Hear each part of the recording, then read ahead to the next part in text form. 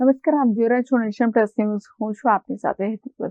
છોટાઉદેપુરમાં કાવીઠા ગ્રામ પંચાયતના સરપંચ અને સભ્ય પર કાર્યવાહી કરવામાં આવી છે, જેમાં તાલુકા વિકાસ અધિકારીએ સરપંચ અને સભ્યને ગેરલાયક ઠેરવ્યા છે, જેમાં નાણાં પંચની ગ્રાન્ટમાં ભ્રષ્ટાચાર કર્યા હોવાની ફરિયાદ નોંધાઈ છે. છોટાઉદેપુરના કાવીઠા ગ્રામ પંચાયતના સરપંચ અને સભ્ય પર કાર્યવાહી કરવામાં આવી છે, જેમાં તાલુકા વિકાસ અધિકારીએ સરપંચ અને સભ્યને ગેરલાયક ઠેરવ્યા છે, તો સાથે જ નાણાં પંચની ગ્રાન્ટમાં ભ્રષ્ટાચાર કર્યા હોવાની ફરિયાદ નોંધાવવામાં આવી છે. વિકાસના નાણાં પોતાના જ પરિવારના નામે એજન્સી બનાવીને 19 લાખ ચાઉ કર્યા હોવાના પણ આક્ષેપ થયા છે, જેમાં ગામના નાગરિક અને ભાજપ આગેવાન નરહરી પટેલે આ ફરિયાદ કરી છે. ગામની જમીન પર ભાડા કરાર કરીને એને કર્યા વગર બાંધકામ કર્યા હોવાનો પણ આક્ષેપ કર્યો છે.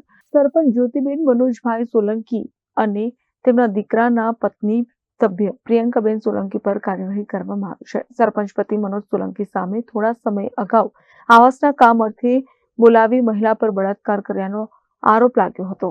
રેહણ Patel, Nation Plus news, Chhota Udepur.